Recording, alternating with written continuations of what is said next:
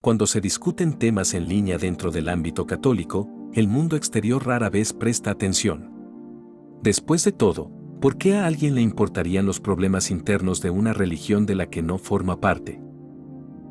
Esta actitud es comprensible si adoptamos una perspectiva puramente natural, ignorando el significado espiritual y sobrenatural que puedan tener los acontecimientos en la Iglesia.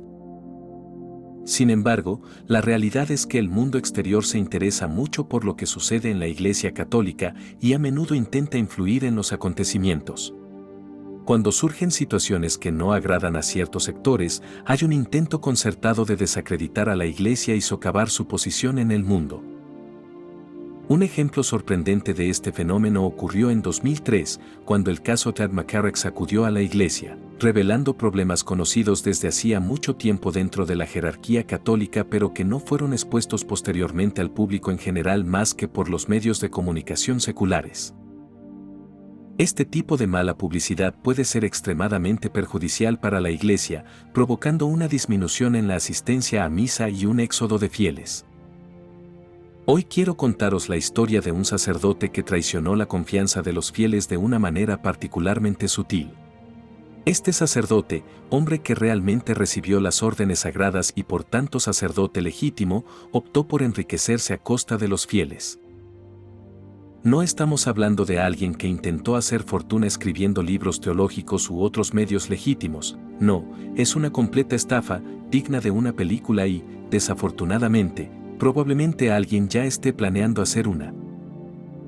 La historia atrajo la atención de los medios seculares, aunque inicialmente solo fue publicada por un periódico católico. Esta es una historia que desacredita aún más a la Iglesia, que ciertamente no necesita en este momento. El titular de la noticia, publicada por The Pillar, dice: "Cógelo si puedes, capuchino arrestado después de una elaborada estafa de identidad falsa". Es la historia de un sacerdote que aprovechó su posición eclesiástica, combinada con su presunta experiencia en asuntos seculares, para enriquecerse engañando a los fieles. No es raro que los sacerdotes tengan habilidades o experiencia previa en campos seculares antes de ingresar al ministerio. A menudo estas habilidades se integran en el sacerdocio y se utilizan para enriquecer su servicio pastoral. Un ejemplo contemporáneo sería el del padre Chad Ripperger, quien además de exorcista, también es psicólogo, combinación que le ayuda a discernir si una persona necesita un exorcismo o apoyo psicológico. Este tipo de combinación no es nada inusual entre el clero. Sin embargo, en el caso que nos ocupa, el sacerdote en cuestión utilizó esta práctica común como pretexto para cometer un fraude a gran escala. Y como suele suceder, los medios seculares no perdieron el tiempo en informar la noticia, amplificando así su impacto negativo. Días después de su publicación inicial, la historia también fue recogida por el New York Post, con el titular: "El padre Paul, sacerdote antifraude de Nueva York, utilizó $650,000 en donaciones falsas para financiar un estilo de vida de lujo y cirugía plástica", según información federal autoridades. Este tipo de información, especialmente cuando es recogida en periódicos de amplia difusión, solo daña aún más la imagen de la Iglesia. Según documentos presentados ante un tribunal federal, el sacerdote, identificado como el padre Paul Bley, pasó casi una década haciéndose pasar por médico y, en ocasiones, fingiendo ser miembro de 2 familias reales europeas. Con estas identidades falsas, recaudó dinero para clínicas médicas inexistentes que, según afirmaba, dirigía en zonas del Líbano devastadas por la guerra. Las autoridades descubrieron que a partir de 2015, Bley, bajo varios alias, había orquestado un plan fraudulento para obtener donaciones de víctimas engañadas presentándose falsamente como un médico involucrado en misiones humanitarias. Las donaciones, que ascendieron a más de $650,000, se enviaron principalmente por correo, lo que llevó a Bley a ser acusado de fraude postal, un delito federal. Además, el sacerdote utilizó plataformas de financiación colectiva y participó en varios programas de radio, presentándose a veces como sacerdote, a veces como médico, y declarando que tenía vínculos de sangre con las familias reales de Sajonia-Coburgo-Gotha y Sajonia-Weimar. Eisenach. En algunos casos, Blay apareció en programas de radio en el área de Nueva York y fingió llamar desde clínicas médicas en el Líbano, cuando en realidad todavía estaba en el área de Nueva York. Las autoridades también afirman que el sacerdote falsificó numerosos títulos académicos y médicos, llegando incluso a convencer a su comunidad religiosa de que había completado estudios de medicina, lo cual es falso. Los miembros de la provincia capuchina dijeron que hasta hace poco creían sinceramente que Blay era médico, hasta que se reveló el alcance total de su fraude. El escándalo plantea dudas sobre cómo Blay pudo engañar a su comunidad religiosa, dado que quienes emprenden el camino hacia el sacerdocio están sujetos a una investigación exhaustiva, que incluye la verificación de credenciales académicas y profesionales.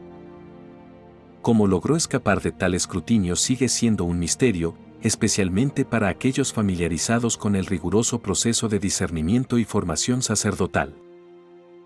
Otro ejemplo de la difusión internacional de esta historia lo proporcionó el Daily Mail, un periódico británico que publicó un artículo similar, contribuyendo a que el caso de Blay se convirtiera en un tema de interés mundial.